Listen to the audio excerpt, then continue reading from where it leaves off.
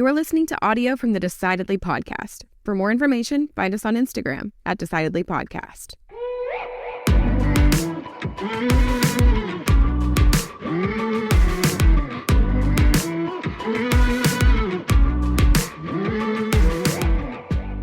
So, all right, I have a question for you. What has been a recent big change you've gone through?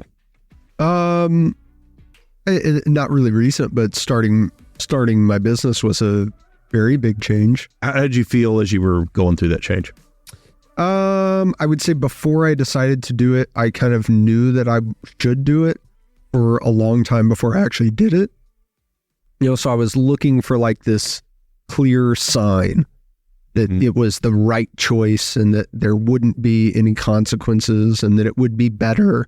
And I had to realize that wasn't going to come, and the fact that I was continuing to deliberate it was actually a sign that I should do it. What do you mean? I kept wanting to do it.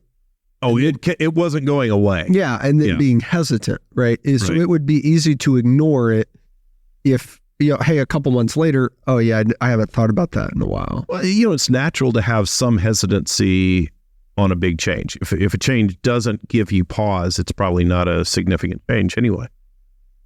Yeah, I'd say, well, I mean, I don't know if you're starting a business and you have no hesitancy at all, maybe. Yeah. I don't know. Maybe you're not you don't assess risk very well. Probably not.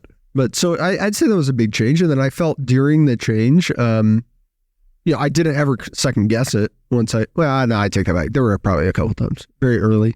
Yeah. Very early. Probably natural. Yeah. Very early. I definitely go through a range of emotions during change. I definitely thought more than once very early on, hey, it would have been better. I was making money. I was doing it. Mm-hmm. Things were good. Things weren't that bad before. Right. You start reflecting on all the reasons why you shouldn't make the change. Yeah, and I think change is difficult sometimes. Making a big change like that was when I I had to realize like all of the other changes that were happening. So it's not just start a business; it's like literally everything about my lifestyle changed from where I work to when I work to how I work to what I work on. Is all different now. I don't know. What about you? What's a big change? I was going to go through and give you a list of other things you should change. Yeah, you got any ideas for me? Well, our guest today is an expert on change. Cassandra Worthy is a world-renowned thought leader on change, specializing in building organizational resilience and adaptability. With a unique strategy called Change Enthusiasm, Cassandra empowers leaders globally to embrace and accelerate change and transformation journeys. Her impressive client base includes Fortune 500 companies like Procter & Gamble, Allstate, WeWork. She's got over a decade of experience in mergers and acquisitions.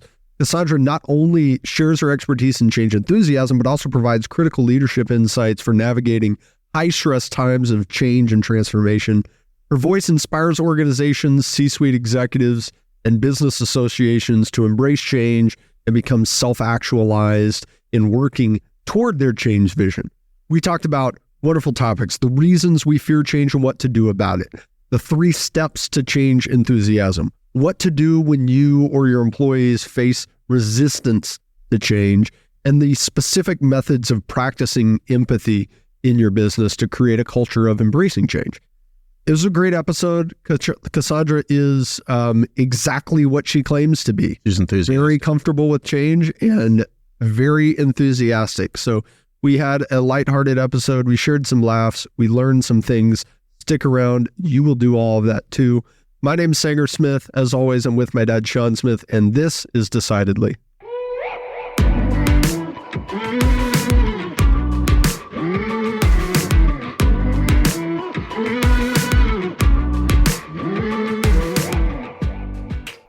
Cassandra, I'm so excited to talk to you today. Awesome. I'm excited to be here. Thanks for having me. Yeah, thanks for being here. So you're a change expert. And my immediate thought in hearing change expert is it's got to be hard to stick with that for a long time. Ready to make it? What are you going to do next week? Yeah. Well, yeah, I'm telling you, being in the evergreen space of change, there's never a dull moment. And so the nature of my work is I'm always doing something different, you know? Yeah. How did you get into that space from the beginning? Yeah. And specifically my work rests at the intersection of change and emotion. Where I feel, you know, my company, we firmly believe that's where our growth potential is determined, is at that intersection. But yeah, so I'm a chemical engineer by trade, as you both probably knew, and I spent many years working in corporate, you know, as a chemical engineer, then leading organizations, predominantly in innovation and R&D. But I went through a lot of change going through, you know, my corporate experience, and a lot of it was really big multi-billion-dollar acquisitions. And so I've been a part of those types of changes that you didn't ask for, that kind of just show up and knock you on the ground. And you're like, oh my goodness, what is this? What does this mean for me? So many unknowns, the darkness, more questions than answers, and the emotion that's inspired when you're going through that, the fear, the frustration, the anxiety. You know, the second billion-dollar acquisition I was a part of, I had no idea if I was going to wake up and still have a job. And so that uncertainty that so many of us have gotten even closer to over these past several years. But it was going through these big changes that I recognized the power of embracing that emotional energy. And I actually started to practice this mindset called change enthusiasm that I now teach around the world. I started to practice that before I had language for it, learning how to transform that emotional energy, how to not suppress it, not ignore it, but acknowledge it, and then use it to fuel myself forward, to find my growth, to find the opportunity that those really big disruptions were offering to me. And it was through the practice of that I realized, you know what, this is something that I can teach. This is something that I can gift to another, to allow them to see their opportunity and change as well. And so it culminated into speaking business, sharing the message of change enthusiasm once I really got it nailed in, you know, this 3-step mental framework. And now it's grown into a global consultancy, and I'm so grateful. The mindset is now practiced by thousands all over the world, and it's really grown into this global movement. And I'm so happy to be a part of the conversation about the importance of allowing emotion in the door of business, that it is a place where emotion needs to be, and whether we think that we're allowing it or not, it's going to show up anyway. You know, I was involved with a company several years ago, and they were going through a big change. And one of the things they did, and I thought it was such a mistake, is they prefaced all of these change meetings with meetings talking about change. Yeah. And everybody got so worked up. They're like, oh, this isn't going to be good. What's happening? Right. It's like the more somebody tells you, oh, it's going to be fine, don't worry about this thing that we're going to tell you, you're still going to have a job. Yeah. You're like, what in the world is happening? It's... so you're right. There were these emotions that were bubbling up that they just I think they fought against themselves on doing it. Yeah. But why do you think that change is so difficult for people to embrace? Yeah, I really think it's just we get into our own zone, right? We get into this place that we know, this place that we're doing really well, right? We become known experts. We get comfortable in our jobs. We know exactly what we're doing. We're doing well. We know our colleagues. And then all of a sudden change comes. And it's like it turns the world upside down. It's like, now what do I have to do? Now what platform do I have to use? What software do I have to integrate? Who is my new manager? And so it introduces all these questions and these unknowns. But I mean, the reality of the situation is change is evergreen, as I mentioned to start the conversation. And y'all know it's inevitable. We all know the philosophy from a Greek philosopher centuries ago. The only thing that we can count on is change. And I think that we're really getting to embrace that because of what we've been taught over these past few years in the global pandemic. So now it's a matter of that change preparedness. It's change readiness. And it's having that mindset that when change does hit and the fear is inspired, because it's going to be inspired, what do you do with that? What do you do in that moment? Can you allow that fear to signal you into, ooh, there's an opportunity for me here. If I'm feeling this fear, if I'm feeling these emotions, I'm being invited into yet another opportunity for me to grow, for me to learn about myself, to learn about my business. Some way I can become better tomorrow than I am today because of this opportunity I'm being invited into. And it's my choice. How am I going to show up? How am I going to navigate this? How am I going to experience this in a way such that I grow? And how can I become better because of it? So the negative emotions that you're feeling are indicators for you that there's a great opportunity, that you're on the right track. You got it. And I like to frame them, I don't like using the language negative. And of course I get the sentiment because they're very difficult to deal with. And I have to practice this mindset more than probably anyone else in the entire world because I like to run away from those difficult emotions. But for me, I see them as a gift. They're a natural inheritance of our species. Yes, they're challenging. Yes, they're difficult to deal with, but they're there for a reason. And I think they present us into opportunity. Yeah. Yeah. So if you don't like the word negative, how do you differentiate between enthusiasm or excitement versus anger and fear? What I would say is the positive versus negative. That may not be the most precise way to categorize them. Yeah. Well, I just say they're difficult emotions. They're the ones that are really challenging to embody, the ones that are really challenging to acknowledge, the ones that are really challenging to process. Okay. So I think one of the things, the challenges with change is that we are in a place of these difficult emotions, you said, and a lot of it is fighting against the change. In other words, I'd rather dance with the devil I know than the one I don't know. And how do you move somebody from these difficult emotions to a point where they're embracing the change? Yeah. And it's funny. I've been thinking about this one a lot lately because I've been on a couple other podcasts and we've dug into this question of why are we afraid of change? What do we do about that fear? Why do we try to run away from it? And I think it is a fear of the unknown. But I think what perpetuates the fear is what we create in our minds and choose to place our belief and our trust in.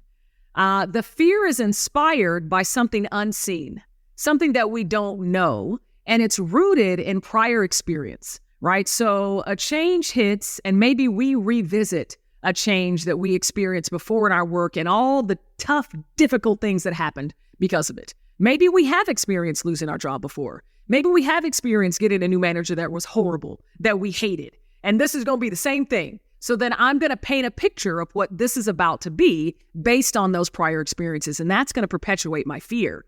But what if instead of allowing that fear to get perpetuated, we placed our trust and our belief in what might be possible in the good, in the journey, in the growth, in the learning, and think back to past change experiences and the good that came from them, the good connections, the strengthening of our resiliency, the depth of compassion that we're able to learn, the depth of our own strength. Why not place our focus, our trust and belief in that being possible and begin to transform that fear into hope and into anticipation and like, ooh, you know what? I've been through change before and I learned a lot about myself and I learned a lot about the businesses that I was in. You know what? I'm going to choose to see this as an opportunity because something good is probably hurling its way to me right now. It's going to be challenging because it was challenging back then. But you know what? There was a gift in it for me. And I'm going to set out and I'm going to choose to find this gift because I'm going to trust that it's coming its way to me now. You're speaking my language, Cassandra. Whether you're transforming a change opportunity into hope or transforming your fear of change into optimism about new horizons, or you're transforming wealth to significance, there's a great deal of power that your mind can do to reframe what is in front of us. And once we understand how to reframe, we understand the benefits of the reframing, it's still difficult work, right? But it is simple. It's so simple to say, hey, wait, all the power is within me to transform this moment. Was there a moment for you that made you realize, hey, I'm kind of onto something here that other people can benefit from? It was probably when, and I'll give my sister a bit of credit here. I was going through my second multi-billion-dollar acquisition. Maybe that's when I was in the throes in. But my sister, who's also an executive, she's an engineer as well. She was working through her own change challenges. And she came to me for some perspective because she was like, I've seen you go through these big changes. I've seen the way that you can embrace them. I've seen the way that you found joy and enthusiasm. And even though I know that you've had difficulty, you still have found a way to progress your career. How do you do that? How are you able to do that? And how are you able to engage and invigorate your organization? And I really had to think about it and put pen to paper. You know what? It was the first time that I actually started to structure the framework that I was already living within. And I started to give language to when an emotion pops up, What does that mean? Well, it signals me. I choose to let it be a signal. But then what does it signal me into? Well, I choose to see opportunity. And then there's the second step of change enthusiasm, the opportunity. And then I explore what might be here for me. And then I choose. That's the third step. I make a choice on how I step through the day, on how I choose to maximize that opportunity. And so she was the one, because she was, striving to understand how best to go through the big change she was going through, that invited me to put language to this, to actually put it in a way that I could coach her, that I could bring it to life in a way that she could put it into practice. And when I did that and it had an impact to her, I was like, wow, I bet other people could find value in this too. And then the way, my curiosity about working outside of corporate and what that could look like, it all just kind of came together and brought me along the path that I'm on now. So that makes sense when you look at, if you're being, I want to say sound negative, but being drug along through change. In other words, you're an employee and change has been thrust upon you.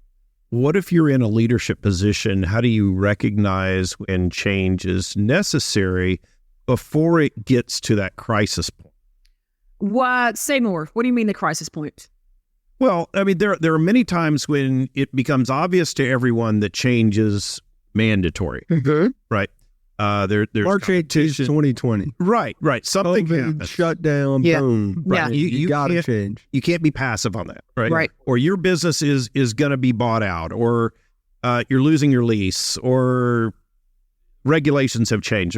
Something has forced change upon you, but it would seem like the better approach is to recognize when you're heading into that crisis point and saying, at a point of optimal energy and visualization, I want to make my change now when I have the best chance to advance forward without getting into that crisis point or point of challenging emotions where I can't make the best decisions possible. Yeah, so it's like you're anticipating the need, making the change early on before the business is in crisis.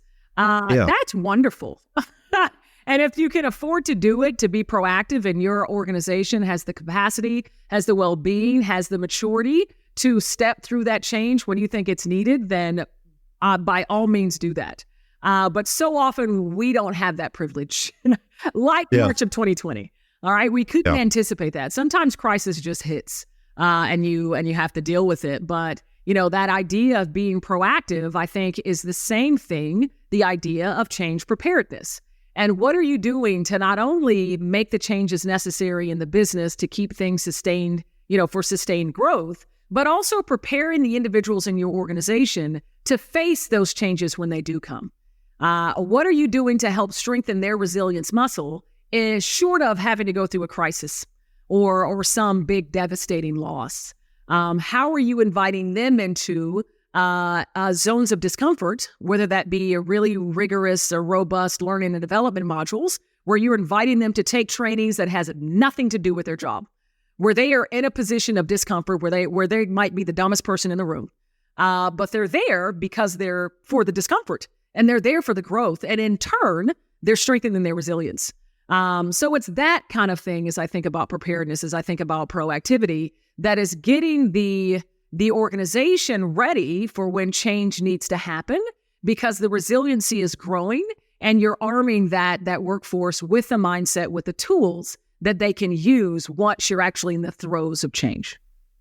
I love that you call resiliency a muscle. I was on a long road trip to Colorado with a few friends of mine 4 or 5 years ago to go skiing, and making time on the road trip, I said, hey man, if you had to give a PowerPoint presentation to 10,000 people, what would be the topic you'd talk about?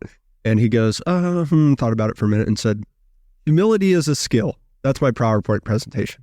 And I said, whoa, that's so simple, but that's so profound. I mean, of course it's a skill. And of course, if you practice it, you'll get better at it. And then I started to think, almost every personality trait is a skill. Every personality trait that is important is a skill. And resiliency, of course it's a skill. Of course you can get better at it. And so it sounds like what you do to create that resiliency is, or that openness to change, as well as to create micro change. Yeah. Is to say, okay, we're going to practice change.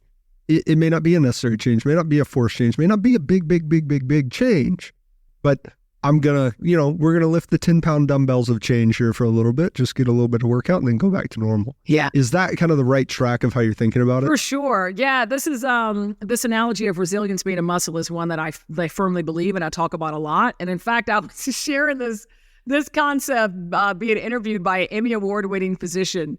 And I started talking about resilience as a muscle. And she was like, you know what, Cassandra, in all my years of medicine, and she'd been in surgery, and all my years of surgery, I've never seen a resilience muscle. I was like, you know what, Doc?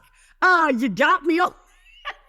There's no, of course, no physical tissue, physical resilience, but this is our emotional and our mental resilience. And I love the analogy because as you think about our physical muscles, and building the strength of those muscles, it takes some type of depress, some type of a strain on that muscle to get it broken down, right? That's your weight training. That's you and you lifting the big dumbbells and you're breaking the muscle down. And then it takes a moment to have a bit of a break so that muscle can rebuild and repair. And that's where the strength really happens. And then you do it all over again. You break it down again. And I think the same thing happens when we're building our resiliency. There's a depress. There's some type of a strain, like being given a new manager, like a global pandemic, like needing to make a huge strategic direction change in your business. There's some type of a strain. And then the resiliency is your ability to bounce back, your ability to come back, step into the moment, move forward, and lean into the change. That's kind of, the idea of the resiliency. And so short of going through a really big devastating loss or a really big crisis, how can you create this strain, what I call a low risk strain, so that you can flex that muscle, And then the other part of this that I think too often we forget, just as we have to give our muscles time to rest and rebuild, I think we too should give ourselves time to rest and reflect after we've gone through change. After we've gone through a training, something that caused that depress. Because it's in the reflection when we can think about what we've just learned, what we've just gained, that's what's going to plant that seed such that when the depress happens again, it's going to be there to serve us. And that's going to make the resiliency quicker and faster. That spring back will be faster because the muscle will be stronger. But it takes creating the strain and then taking the time to rest and reflect to really strengthen the muscle. And you answered a question that was on my mind too, Cassandra, is it seems like I would say most people are at least slightly averse to change or hesitant to change. But then there are people that will change everything all the time and never stop. Too much. They're changing stuff just Calm to it change down, stuff. would you? Yeah. And sometimes, my employees might think that I'm guilty of that. Hey, we're going to switch it all up and I've got a wonderful idea. And, it doesn't quite work out that way. But entrepreneurial people, creative people, open people tend to maybe change a little bit more than necessary. And that analogy is so helpful to me, having heard you say it, like to reframe how I think about change in my life is, okay, constant working out of the muscle is actually going to set me back. When I've flushed out everything in my business, redesigned all the processes and the vision and the da-da-da-da-da, yeah, take a little break. That's okay. And because when you're constantly under strain and you're not giving that muscle any time to rest or reflect, that's when the fatigue happens. That's when the change fatigue hits because you're constantly under that strain and you're trying to spring back, but then another strain comes and then another strain comes and another. And it's more often you're under the strain than having the ability to rest and reflect and think about everything that you've gained. And so the resiliency never can really grow. But yeah, we conduct research at this intersection of change and emotion, thinking about people who resist change. And actually here in America, 41% of working Americans actually self-assess as being resistant to change. But what was interesting about the study... How many are lying? How many of those other people are liars? 41% honest that people. Sounds low. Yeah. Yeah, the other 59% are lying to themselves. I will tell you, the 41% said, yes, I'm resistant to change. But 56% of people think that their coworkers are resistant to change. Yeah. There you go. There it is. There it is. So many more. And so it's like, it tells me, okay, resistance is real. It's a real thing. It's this energetic force. It's a pushback. It's something that moves against the direction that you want to go, but it's also relative, right? You might think that you're showing up, you're growing, you're stepping into this thing, while the people around you are like, man, why can't they get on board? Why can't they go quicker? Yeah. Why are they so resistant? And so it's a really interesting dynamic as you think about resistance. And, surprise, surprise, I don't consider resistance a negative thing. I don't consider it a bad thing, because inner resistance is energy.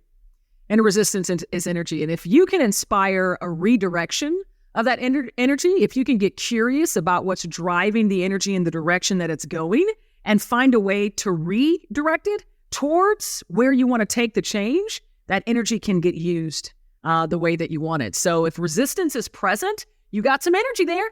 There's some energy there. So how have you found it the best way to redirect the energy from resistance to embracing? Yeah, curiosity.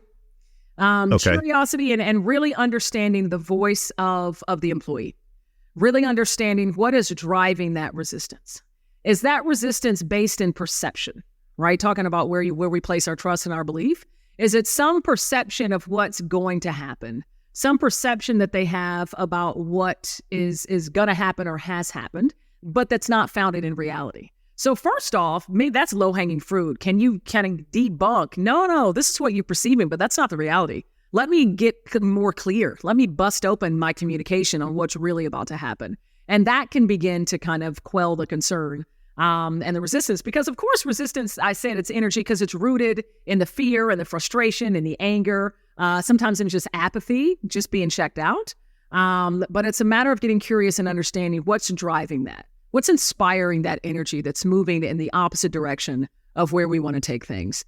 And so often, I've found with clients and organizations, those who carry or are leading the resistance, it's rooted in reality. And it's rooted in something that they strongly believe because they're on the front lines, because they're the ones that are going to have to be there when the rubber meets the road and bring this change to life. They know that something is broken. They know that this won't work, and this is why. And when you can engage them and say, okay, well, why do you think that's not going to work? What needs to be true for this to actually be successful? Get them on board. Get them engaged in helping to optimize the execution plan. And then the leaders of the resistance become your cheerleaders. They're the ones that become the ones that are leading and helping you move the change forward, because now they're bought in. Because I'm a part of this. I'm a part of this now, and I'm helping to guide to make sure this thing is successful, and I'm invested in it. Yeah. So a few years ago, I and my business partners and all of our employees, we took a Kolbe personality assessment, which one of the measures in that assessment is they call quick start, which is your ability to deal with the unknown. And another way of saying it is like maybe your receptiveness to change. And they graded it on a 1 to 10. A 10 is, hey, you deal very well in the unknown. And 1 is you are good at protecting the status quo. And a lot like you, they don't put a negative or a positive on either one. They don't say you're bad at change if you're a 1 necessarily, but you are more skilled at protecting the status quo. The downside of being low on that quick start category is that you may be resistant to change, right? Yeah. And I remember one of my partners, he scored a 1, which means you might be resistant to change. Yep. And we all kind of looked over to him and said, yeah, that's obvious. Like, of course, that makes all the sense, right? And, his role is more operations, which, that fits the role very well. That personality type fits the role. And his response was, no, I changed things. Like, he immediately wanted to defend because he thought we were being negative. Oh, I can change. We change all the time. These are the things that we've changed. I redesigned this and I did that and we did this whole thing. And what hit me when he said that was that kind of like the only 41% of people think they're resistant to change is, well, of course, you think you're good at change because the only change that mattered was the ideas that you didn't think were dumb. Those were the ones that were worth changing. Once he decided, hey, okay, change is actually a good idea, then he was able to change. It's just that most of the time he thought it was a bad idea. Yeah, I think the people who are resistant to change will make typically fewer changes. They'll tend to make fewer mistakes, but they will really protect that status quo. They'll really say, if it ain't broke, don't fix it. And you need those types of people in your organization. If you have too many that are too comfortable with the unknown, too comfortable with change, you'll have chaos. And so I think it's good to get that balance and get that information so you make good changes that stick, and you don't have to go on and make a change about the change you just made or undo the change you just made. It's so true. That one rating, their perspective can be so valuable because they can point out all the opportunities that your change has and all the things you need to be thinking about if this change is really going to happen, which is why I love to engage those individuals and tell them, listen, we need you. We need you for this thing to be successful, because they have that perspective. They got all the signal emotions, so they see all the opportunity. Cassandra, when you have people when you're working with people who are in that moment, and they're being resistant, it seems to me, and I don't know, but it seems to me that the first step would actually be recognizing that you're being resistant, because.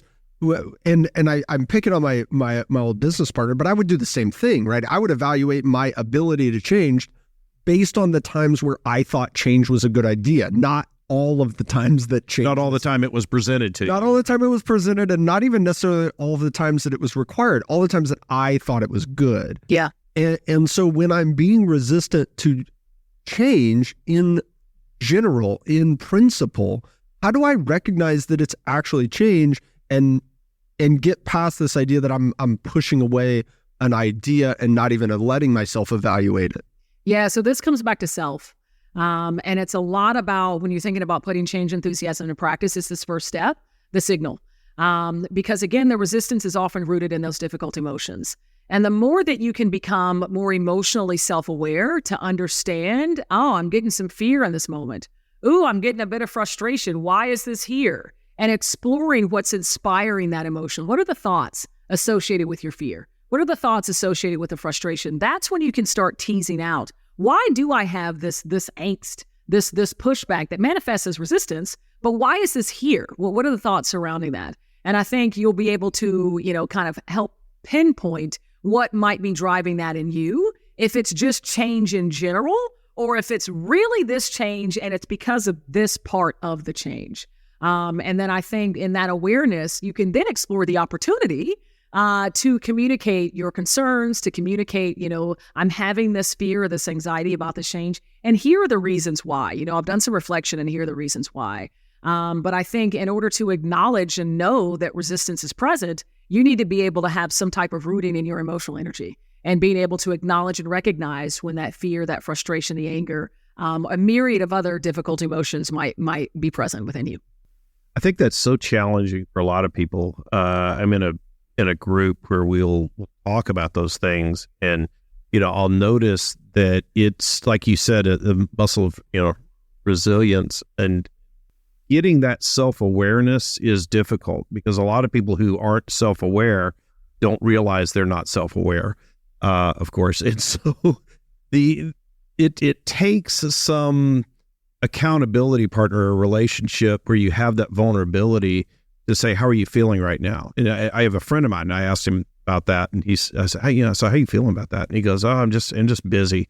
Like, well, busy's not a feeling, and so just, you have to explore that so that you can recognize those emotions in other people and lead them effectively. I'm telling you, one of the best, and I see it as an exercise of empathy. One of the best exercises of empathy I've ever heard of was through a client.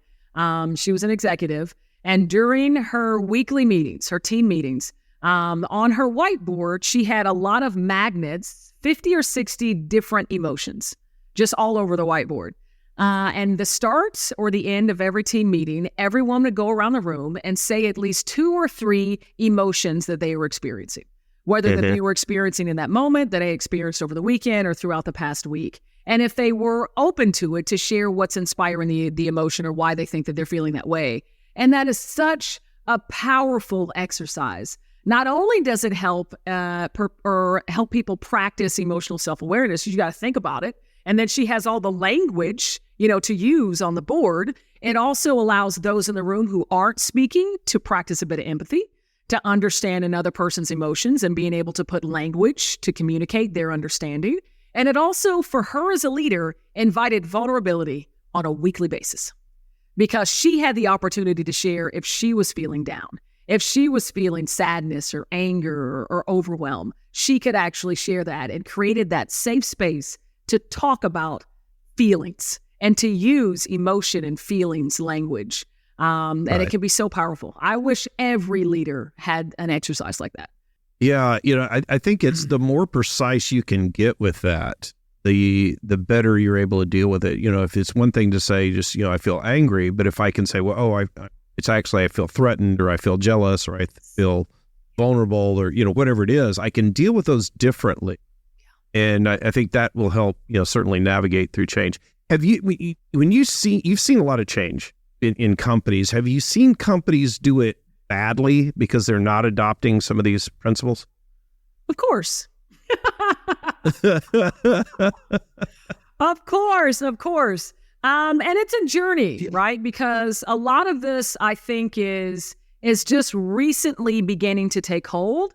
And honestly, I think one of the benefits, if you can find them, the benefits of the pandemic and everything that we've gone through, this traumatic event that we've all experienced, I think it has opened the eyes for leaders and executives alike that we employ emotional beings, that we employ human emotional beings. It's not just headcount. It's not just human capital. They're emotional beings. And I think there is a recognition in the power of that emotional energy and having language for it and talking about it. And so I think eyes and minds are beginning to open to it. But it's a journey. There are certainly some leaders and in turn some businesses that are much further ahead than others. And there are some that are still kind of stuck in the ways. But my hope is that slowly but surely everyone will awaken to the fact that when you can acknowledge emotional energy in the workplace, and then arm your workforce with a means, with a mental framework and a skill set to do something with that emotional energy to move themselves forward and the business forward, and not only a framework that's going to help them in their work, but also a framework that's going to help them in every aspect of their life, addressing the entire human, the whole human being, right? This is a life practice that you can implement. The probability of change success shoots through the roof. And in turn, the sustainability of your business in the long run. I used to be a part of this group where we'd meet regularly and start off the meetings with an icebreaker question. And they were always creative icebreaker questions that were designed to get you to be vulnerable. And much like your friend, try to create a culture of vulnerability where we can all kind of share openly and honestly how we're feeling. So they were creative questions. And, it might be something like, what was, who was your favorite parent? Right? There's no way to answer that question without being, I like that. Without being vulnerable in some way, right? Yeah. And there was something about this environment that made me feel, and I could never figure it out, I did not feel safe being vulnerable. And I've always thought of myself as pretty comfortable being vulnerable. I'll talk about things on here that it doesn't bother me at all to be vulnerable in front of as many people as will listen. But in that group, I felt unsafe. I felt like they weren't protecting what I was giving them, and they were changing the way that they were looking at me, and all of the fears that you would have in sharing how you're feeling. It was going south. So my question is, for leaders who are hearing what you're saying, okay, hey, maybe I need to create a culture where people can be open and vulnerable. How can they do that in a way that protects the culture in a positive and safe way? Yeah, I really appreciate this question, especially as a person that sits at so many intersections, right? As a female, Black, queer, engineer, founder, CEO, so many different intersections and marginalized populations. And so often people who look like me, people who also sit in these intersections do not feel safe. Especially in their workplace, sharing themselves and being vulnerable. And so it's a huge role that not only leaders, but everyone in the organization plays part in, especially those who inherently carry privilege, especially in our society with so many, systems that live within all of us. And so I think it's up to us to hold ourselves accountable to creating the type of environment where everyone does feel safe to share that vulnerability, to share their fullest self-expression. And I think for me, that looks like really actively practicing empowerment, right? And empowerment requires, power to be relinquished to another such that they feel and embody that power. And so seeing someone who doesn't, speak that often during meetings, making sure there's space for their voice to be shared, striving to understand this individual on a human level. If they're ones who are more, they're more introverted, they don't like speaking out loud, well, what's another avenue for them to get their voices heard? And how can I make sure that their voice is then echoed, right? And then I think another way is to lead by example. And I mean from wherever you sit. You don't have to have direct reports. You don't have to be high up in the hierarchy. You can lead from where you sit by role modeling empathy, by role modeling you yourself sharing vulnerability, because in vulnerability, there's a value exchanged, right? When I'm sharing something in a vulnerable place, that is something of value to me. And the exchange is the trust that what you're sharing is safe. I'm going to, in turn, give you a bit of that trust that I'm going to hold what you're saying in a safe place. And it's that value exchange. And so it's the trust that needs to be built, right? And you do that through role modeling and through practicing that empathy, holding that safe space, and truly holding yourselves accountable for creating that safe environment where everyone feels safe being their fullest and truest self. Yeah, man, it can go really wrong from a place of good intentions. Yeah. One time I remember I wanted to do a values exercise with all of my employees. And the reason I wanted to do that is I wanted them to understand the importance of values as a guiding light in our lives. And that way they could understand how we use it for our clients. And that way they could understand the reason we use our company values as a guiding star as well. And so I did the exercise with one woman, and her husband had died 1 week prior. We sit down. This was such a bad choice. Or maybe not 1 week prior. She had just got back from leave 1 week. Yeah, because she took 2 months off. So maybe it was not that recent, but she just got back to the office. And she picks stability and security. Of course. And I had no idea. I had no skills in how to handle this. I just thought, I need to plow forward because this will be good. Getting us to be vulnerable will be good. Getting us to talk about values will be good. And I probably didn't show very much empathy by kind of insisting that we do the exercise, because she said, stability is so important. And I said, well, tell me more about that. And of course she broke down crying. And of course she's like, I can't talk about this. And at least I had the mercy to say, yeah, you're right. Let's just maybe now's not a good time. Forget about this. Right. Yeah. But those moments can really I think can dissuade a leader, if they go into it and they try and they're coming from a good place and they miss the mark a little bit. So, I'm not going down this road again. So here's the reality, and thank you so much for sharing that example, because I think it can resonate with a lot of people who are listening, especially those who don't feel like they're great at sharing empathy and being vulnerable, and maybe they've tried to, and now they're shut down to it because of the failure or the mistake experienced. The journey of empathy and vulnerability is a long one, and it's an infinite one. You're not always going to get it right. And I believe that in between your intention, your really, really great intention, and the impact that is felt by that individual you're in conversation with, by that team that you lead, by that organization that you have responsibility for, what lies in between that, what gets you from intent to impact is the choice. Sometimes our choices are very well informed, and we're able to clearly align the choice and the intent to get the desired impact. But sometimes it's just not the right choice. And it's not because of you being a bad person. it's not, again, because of malicious intent, because you started out with a really good intention. You just didn't make the best choice to align that intention to receive the desired impact. So I say that it's a journey and it's infinite because you have to keep making the choices and learning from the falls, learning from the mistakes. And the more informed those choices, become, I think the greater you'll be at aligning the choices you make with that really good intention to achieve the desired impact. But it takes leaning into the journey. It takes leaning into the uncomfortable conversations, inviting those difficult conversations such that your future choices can be more well-informed. I like that you place such an emphasis on choosing as a step of the process, because I think to most people who don't think about the decisions that they make as deliberately as we try to here, that seems like a step that doesn't need to be spoken. Well, of course I'm going to pick, right? Of course I've got to decide. But when Sean and I were creating Decidedly, we started to think, well, what are the steps in making a decision? What does it even mean to make a decision?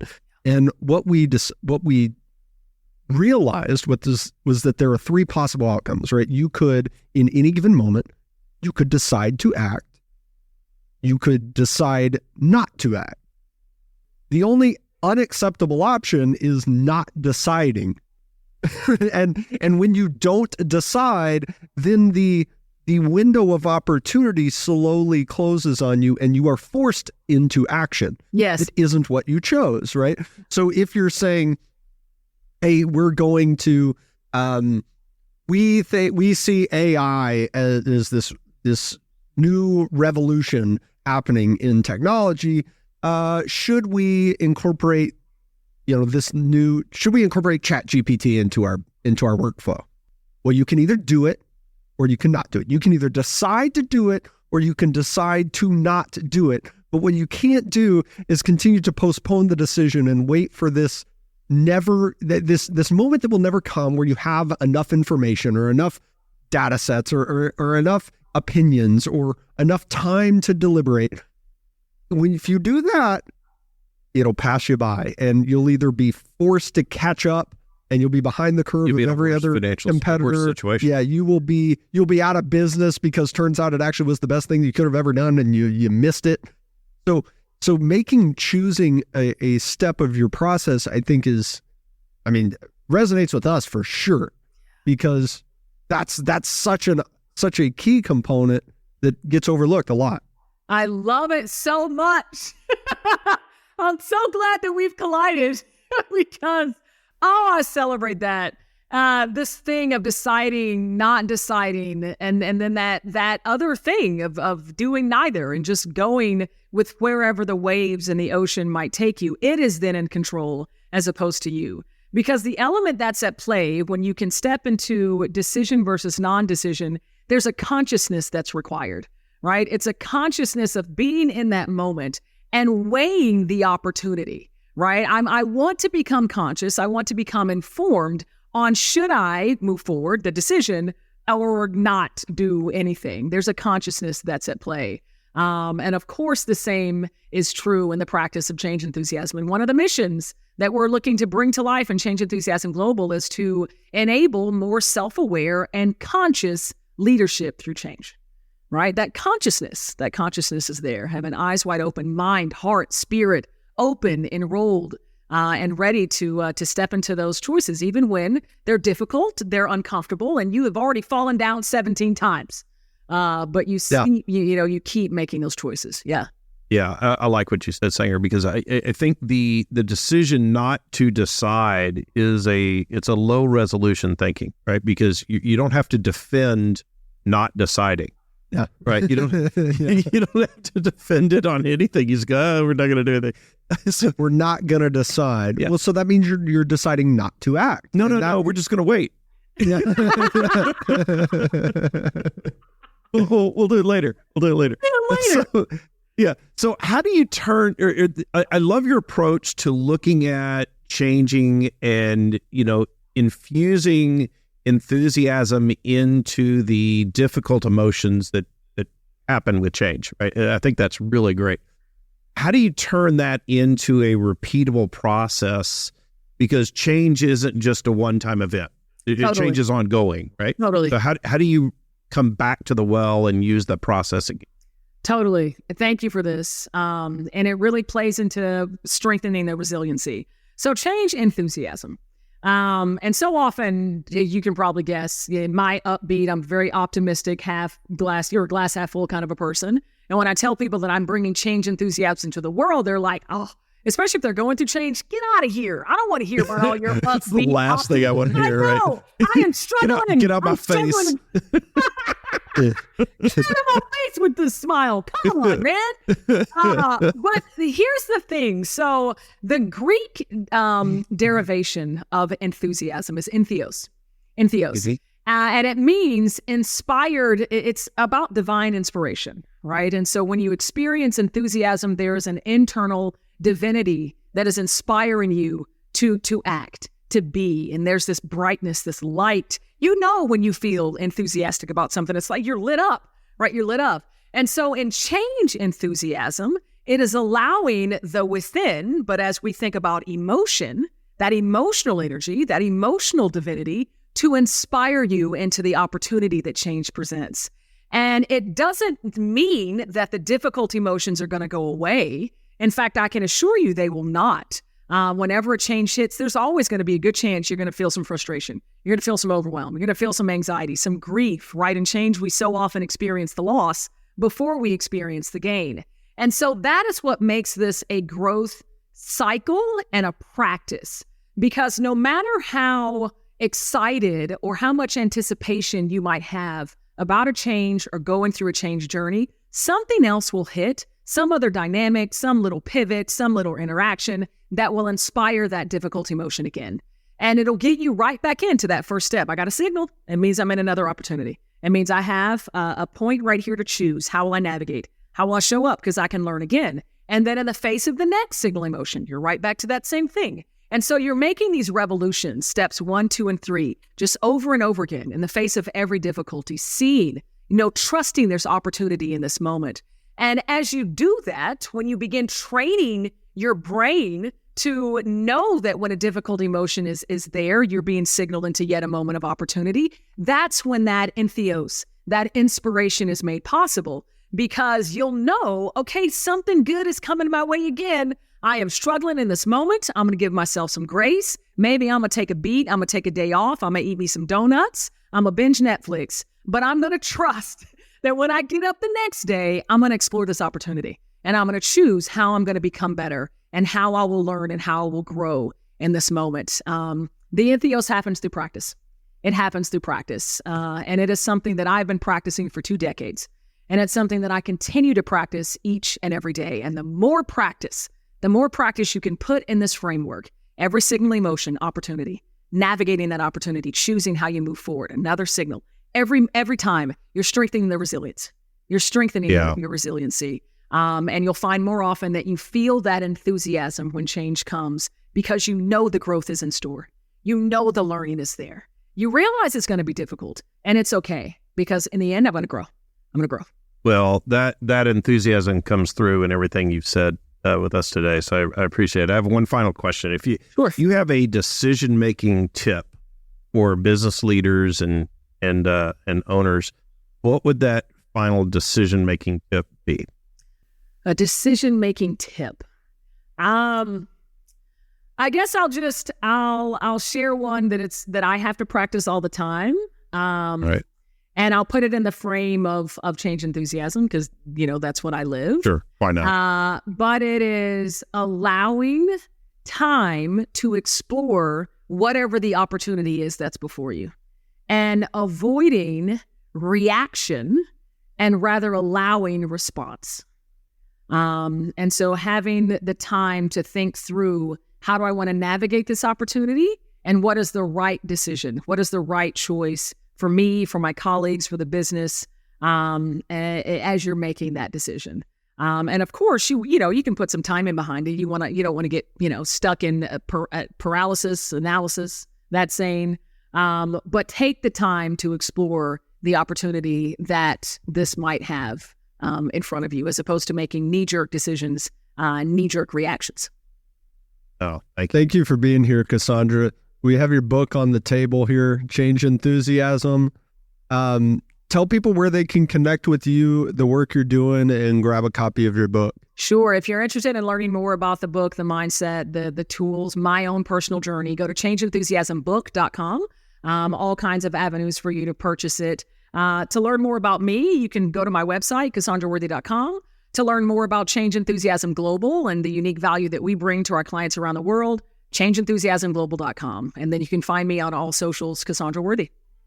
Thank you so much. Thank you so much. It was great talking. My pleasure. Well, for all the work that you do, truly, it's been a pleasure. The takeaway that I had is looking at when you're faced with change, you're going to go through those emotions that can be viewed as negative, and actively recognizing those and making a decision to convert those to a positive state and really have meaningful impact. This is a stupid analogy, but I just thought a big hike through. Oh my God, that's so dumb. You haven't even heard it yet. Oh, I'm sorry. All right. Hold on. So I was on a big hike through this rainforest, and so I was there with Mom, and she was slipping because it was muddy. Yeah. Right. And so I started counting how many times she was slipping, and kind of poking fun, but it was something to do, Yeah. like, oh, you slipped, and, her arms would flail out. She'd leave this big skid mark down the trail and catch. She wasn't hurting herself. She wasn't falling, Yeah. but she was slipping. She wasn't going all the way to the ground, but it was comical. And so we started catching them. And one of the women behind me had been talking with this other woman who had been sort of negative for the few days, and she had forced her to change all her negative thoughts to positive. Okay. All right. So she said, you have to now only express positivity. And so we started converting these slips to catches. So like, oh, you didn't slip. You caught yourself. You caught yourself. Okay. Right. You didn't go all the way to the ground. And it was interesting as how I began to think about those. It really did. I don't know if there was a physiological change, but there certainly was a mental change in how I was experiencing everything else. It was really interesting. It's like, oh, she caught herself again. It was like a positive thing every time it happened, rather than a negative thing or, a poking fun thing. So it really does impact you. Interesting. Yeah. My takeaway is the analogy that resistance is a muscle. And I like that Cassandra was able to stretch that analogy all the way out. If resistance is a muscle, then we've got to practice it. If it's a muscle, then we need to rest and recover. Mm-hmm. If it's a muscle, then overloading it to its maximum, even for one rep, isn't necessarily progress. And reframing the personality traits that I want to possess in the idea that they are muscles, I think is a really key element to having a healthy relationship and understanding of those traits. You just made a great decision to listen to this episode of Decidedly. Make another great decision and leave us a 5-star review wherever you listen to podcasts. We appreciate your support. It helps others find our community and defeat bad decision-making in their own lives. For more daily decision-making insights, check us out at decidedlypodcast.com and on Facebook and Instagram at Decidedly Podcast. Thanks again for listening. I'm Sanger Smith, and this is Decidedly. Insights, advice, and comments provided by Sean Smith, Sanger Smith, and speakers identified as part of the Decidedly podcast should not be considered recommendations. Speakers not identified as members of Decidedly are expressing their opinion, and their statements should not be construed as reflecting the views of the Decidedly team. This podcast is produced solely for informational purposes, not personalized advice.